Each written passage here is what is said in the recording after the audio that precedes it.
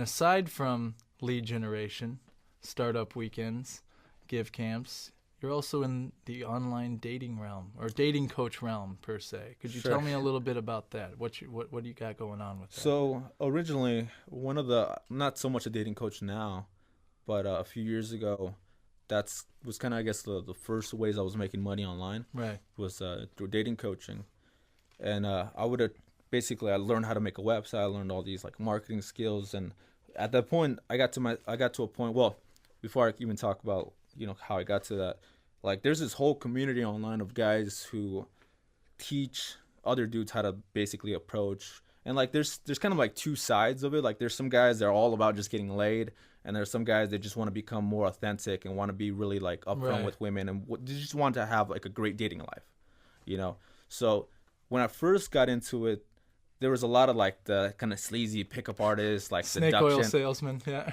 Yeah, and it was just like some of that stuff like didn't really appeal to me and my values and where I was at. Like, but it was interesting that okay, these guys figured out how to because I used to be like very shy, introverted. Like if I saw a really cute girl, I'd get like really insecure and shy, and but it was fascinating to me that like okay, you can actually learn these skills. I'm like, you can actually learn how to overcome like these like Absolutely. negative emotions and barriers that are holding most guys from just like talking to girls. The comfort zone, if you will. Yeah, Right. just being able to get comfortable with the uncomfortable. And so I studied it for myself and spent some time learning it. And then once I got myself to a certain skill level, I had like people coming up to me like, hey, can you teach me some of that stuff? I'm like, sure. And it was interesting just seeing the breakthrough of having a buddy of mine who he couldn't approach. He see a cute girl and he wouldn't be able to like make it happen.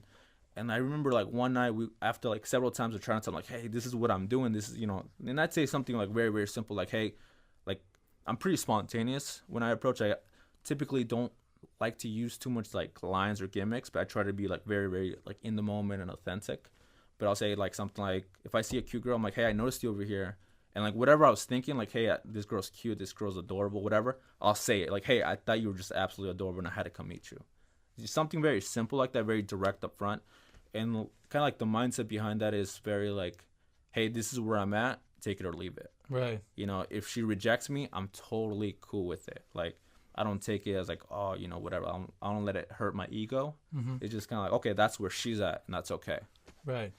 Well, I think part of it is being able to take rejection, but when you do attempt, if you will, not do it in the type of sleazeball way you were talking about, but maybe a little more well-mannered, professional, confident way. And like Sure. you said, it's just kind of like all the cards are out on the table. But even doing that exercise, I could see, people just getting out of their comfort zone that way, and it's going to help them in the long run anyway. Sure.